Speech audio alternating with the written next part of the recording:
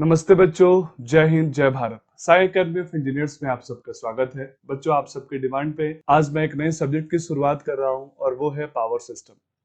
Power system electrical engineering का एक subject ही नहीं है, बल्कि मैं बोलूंगा कि बैकबोन है। तो बच्चों, आप सब मेरी बात से सहमत होंगे? अगर आप सहमत हैं तो कमेंट करके जरूर बताइएगा। बैकबोन मैंने इसलिए बोला क्योंकि जब भी हम इलेक्ट्रिकल इंजीनियरिंग की बात करेंगे तो हम बात करेंगे इलेक्ट्रिसिटी के बारे में, और इलेक्ट्रिसिटी यानी बिजली के जनरेशन से लेके बिजली ट्रांसमिशन कंजम्पशन तक की बात हम एक ही सब्जेक्ट में करते हैं, और वो है पावर सिस्टम। तो पावर सिस्टम एक ऐसा नेटवर्क है जिसमें हम power generation, power transmission, distribution, power utilisation as well as power के प्रोटेक्शन की भी बात करते हैं। तो एक मेजर सेक्टर है इलेक्ट्रिकल इंजीनियरिंग का, और यही रीजन है मैंने उसको बैकबोन बोला।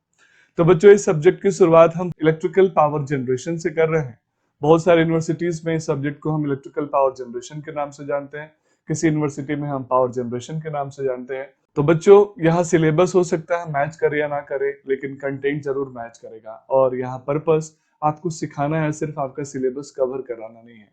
तो चलिए अब हम वीडियो की शुरुआत करते हैं। बस वीडियो को शुरू करने से पहले एक हम्बल रिक्वेस्ट है, अगर आप मेरे चैनल पे नए हैं तो प्लीज चैनल को लाइक और सब्सक्राइब करें। अगर आप चैनल का रेगुलर व्यूअर हैं, आप मेरे वीडियो को देख रहे हैं, इसके लिए बहुत बहुत धन्यवाद। आप अपना प्यार हमेशा ऐसे ही देते रहें। क्या आप इस वीडियो को जरूर अपने दोस्तों के साथ शेयर करें, क्योंकि आप सब जानते हैं विद्या ही ऐसी चीज है जो बांटने से बढ़ती है। जब हम वीडियो की शुरुआत करते हैं, आज के वीडियो में हमारा टॉपिक है renewable energy sources and non renewable energy sources. तो सबसे पहला क्वेश्चन है, व्हाट इज एनर्जी? बच्चों, renewable and non renewable energy sources के बारे में जानने से पहले सबसे फंडामेंटल एलिमेंट के बारे में जानते हैं, एनर्जी क्या है। तो आप सिंपल भाषा में बोल सकते हैं, the ability of a system to perform work, यानी ऊर्जा वो स्रोत है जिससे हम किसी कार्य को पूरा करते हैं। यानी ऊर्जा हमें किसी कार्य को पूरा करने की क्षमता देता है। जैसे आप देख सकते हैं, या कुली सामान को इसलिए लेके जा रहा है क्योंकि उसके पास एनर्जी है। सिमिलरली, ये कारपेंटर लकड़ी इसलिए काट पा रहा है क्योंकि इसके पास एनर्जी है। तो जिसके पास भी एनर्जी होगा, जिसके पास भी ऊर्जा होगा, वो कार्य को पूरा कर सकता है। अगर एनर्जी के बारे में और हम डिटेल में समझे तो हम बोल सकते हैं कि एनर्जी एक ऑब्जेक्ट से दूसरा ऑब्जेक्ट में ट्रांसफॉर्म होती है और ट्रांसफर होती है। यहाँ दो वर्ड मैंने बोला, पहला बोला ट्रांसफर और दूसरा बोला ट्रांसफॉर्म। एनर्जी ट्रांसफर भी होती है, और जब नेचर चेंज हो जाता है तो वो ट्रांसफॉर्म भी होती है। एनर्जी के बारे में काफी फेमस एक कोट है कि एनर्जी को ना हम उत्पन्न करते हैं और ना ही हम उसको नष्ट करते हैं, बल्कि उसके एक रूप से दूसरे रूप में रूपांतरण करते हैं। जैसे आप यहाँ देख सकते हैं कि यहाँ इलेक्ट्रिकल एनर्जी को मैंने जब टीवी में दिया तो साउंड और लाइट एनर्जी के फॉर्म में कन्वर्ट हुआ। जनरेटर से हम मैकेनिकल एनर्जी को इलेक्ट्रिकल एनर्जी में कन्वर्ट करते हैं, और उस इलेक्ट्रिकल एनर्जी से हम बल्ब जलाते हैं तो वो लाइट एनर्जी में कन्वर्ट होता है। तो ये सारे एग्जाम्पल हमें बता रहे हैं कि ऊर्जा का एक रूप से दूसरे रूप में रूपांतरण होता है, एनर्जी ट्रांसफॉर्म हो रही है यहाँ पे, और ये एनर्जी का सबसे अल्टीमेट डेफिनेशन है।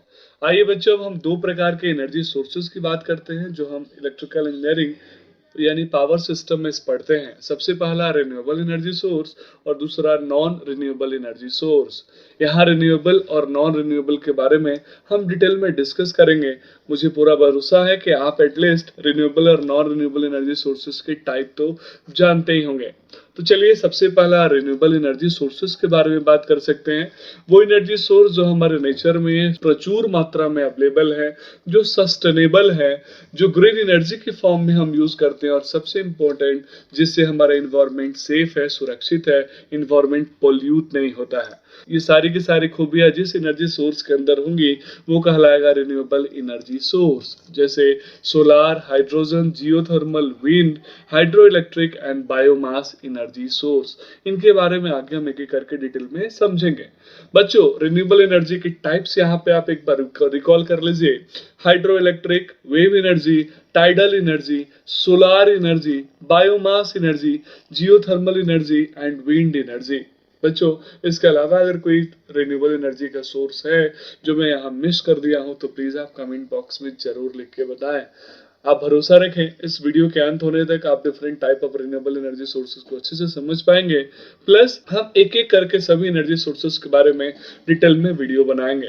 बच्चों, जब हम नॉन रिन्यूएबल एनर्जी सोर्सेज के बारे में बात करेंगे तो बहुत सिंपल तरीके से बोल सकते हैं कि वो एनर्जी सोर्स जो हमारे नेचर में अवेलेबल है, लेकिन बहुत लिमिटेड टाइम के लिए अवेलेबल है, क्योंकि ये लिमिटेड एनर्जी सोर्स का फॉर्म है जिसको हम जिस रेट से आज यूज कर रहे हैं बहुत जल्दी खत्म होने वाला है। ये वो एनर्जी सोर्स है जो कि दोबारा हम जिसको जनरेट नहीं कर सकते या फिर जनरेट करने में बहुत ज़्यादा समय लगता है, इसलिए हम इसको सिंपली भाषा में बोल सकते हैं कि दोबारा इसको इतनी आसानी से हम जनरेट नहीं कर सकते हैं।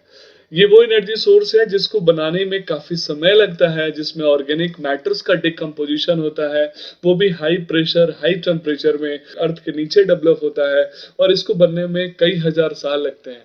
यही रीजन है कि हम इसको दोबारा यूज नहीं कर पाते बार बार, और ये जितनी लिमिटेड अमाउंट में अवेलेबल है उससे बहुत जल्दी खत्म होने वाला है। कुछ एग्जांपल्स आपके सामने हैं, कुछ इसके टाइप्स आपके सामने हैं, जैसे oil, coal, nuclear and natural gases. बच्चों, अगर हम नॉन रिन्यूएबल एनर्जी सोर्सेज के बारे में थोड़ा और समझें तो मैं सिंपल भाषा में बोल सकता हूं कि ये हमारे जो करंट एनर्जी डिमांड है उसको पूरा करने में काफी मदद कर रहा है, क्योंकि हमारी सबसे ज्यादा डिपेंडेंसी इन्हीं पे है। लेकिन पैरेलली ये हमारे इन्वायरमेंट को भी पोल्यूट कर रहा है। ये एक सबसे बड़ा नुकसानदेह है, हैजार्डियस थिंग है, और इसी वजह से हमारी कोशिश यही है, हमारे गवर्नमेंट की कोशिश यही है, पॉलिसी मेकर्स की कोशिश यही है कि हम नॉन रिन्यूएबल एनर्जी से रिन्यूएबल एनर्जी की तरफ स्विच कर जाए। बच्चों, यहाँ एक मैं ट्रिक बताता हूँ जिससे आप आसानी से नॉन रिन्यूएबल एनर्जी सोर्सेज को समझ पाएंगे। आपको एक अल्फाबेट कॉम्बिनेशन याद करना है, दैट इज कॉल्ड कॉन। कौन एक वर्ड है जिसको आप याद करिएगा तो आपको different types of non renewable energy sources याद होंगे, जहां सी से होता है कोल, ओ से होता है ऑयल, एन से होता है नेचुरल गैस और न्यूक्लियर एनर्जी। तो कोल, ऑयल, नेचुरल गैस और न्यूक्लियर एनर्जी हमारे नॉन रिन्यूएबल एनर्जी सोर्स के प्राइम टाइप्स है। बच्चों, इसके अलावा अगर कोई और टाइप है जो मैं मिस कर रहा हूं तो प्लीज आप कमेंट बॉक्स में जरूर कमेंट करके बताएं।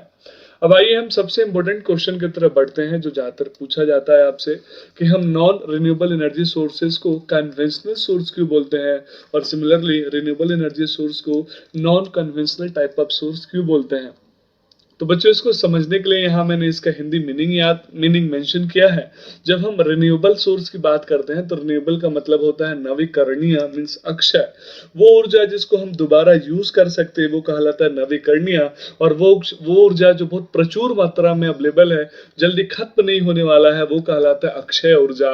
तो ये जो नवीकरणीय मींस रिन्यूएबल एनर्जी सोर्स है, ये हमारे पास बल्क में अवेलेबल तो है, लेकिन इसकी कुछ लिमिटेशंस है, और लिमिटेशंस की वजह से हम इसको रेगुलरली यूज नहीं कर पाते।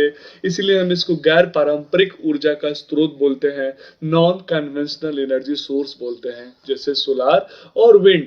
ये हमारे पास 24 घंटे 365 दिन सेम अवेलेबल नहीं है, और यह रीजन है कि हमारी डिपेंडेंसी इन पे अभी भी बहुत कम है। सिमिलरली जो नॉन रिन्यूएबल एनर्जी सोर्स होता है जिसको हम गैर नवीकरणीय ऊर्जा का स्रोत बोलते हैं, ये जो गैर नवीकरणीय ऊर्जा का स्रोत है वो ऊर्जा का स्रोत हम बार बार यूज नहीं कर पाते। जैसे हम कोयला को एक बार यूज कर लेने के बाद दोबारा उस कोयला को यूज नहीं कर पाते सेम पर्पज से, इसीलिए हम इसको गैर नवीकरणीय ऊर्जा का स्रोत बोलते हैं। लेकिन इस ऊर्जा स्रोत को हम कई सालों से यूज करते आ रहे हैं। आज हमारी ऊर्जा उत्पादन का सबसे बड़ा जो सोर्स है, जो बैकबोन है, ये वही नॉन रिन्यूएबल एनर्जी सोर्सेस है। इसीलिए इसको हम पारंपरिक सोर्स यानी कन्वेंशनल एनर्जी सोर्स बोलते हैं, जैसे कोयला। तो बच्चों, मुझे पूरा विश्वास है कि आपको याद हो गया होगा कि नवीकरणीय यानी रिन्यूएबल एनर्जी हम रेगुलर बेसिस पे यूज नहीं कर पा रहे, हमारी डिपेंडेंसी उस पर पूरी नहीं है, इसीलिए इसको हम गैर पारंपरिक यानी नॉन कन्वेंशनल ऊर्जा का स्रोत बोलते हैं। जबकि नॉन रिन्यूएबल यानी जो गैर नवीकरणीय ऊर्जा का स्रोत है वो हम काफी लंबे समय से यूज करते आ रहे हैं, और आज भी हमारी डिपेंडेंसी सबसे ज्यादा उस पर, इसीलिए हम उसको पारंपरिक ऊर्जा का स्रोत बोलते हैं। अब हम अगले वीडियो में एक एक करके रिन्यूएबल एनर्जी के सभी टाइप ऑफ सोर्सेज के बारे में डिस्कस करेंगे। मुझे उम्मीद है इस वीडियो को देखने के बाद आपका फंडामेंटल भी क्लियर हो गया होगा, प्लस आप काफी अच्छे से समझ पाए होंगे कि why renewable energy sources called non conventional energy sources. अगर आपको वीडियो अच्छा लगा तो प्लीज आप सपोर्ट करें, लाइक शेयर और कमेंट करें। एक ही रिक्वेस्ट है, आप सब बच्चे प्यार बहुत दे रहे हैं लेकिन मेरे चैनल पे अभी तक सब्सक्राइबर बहुत कम है। मेरा सपना है 1 लाख सब्सक्राइबर का, प्लीज आप मेरी मदद करें। आप अपने दोस्तों के साथ शेयर करें, क्योंकि विद्या ही ऐसी चीज है जो बांटने से बढ़ती है।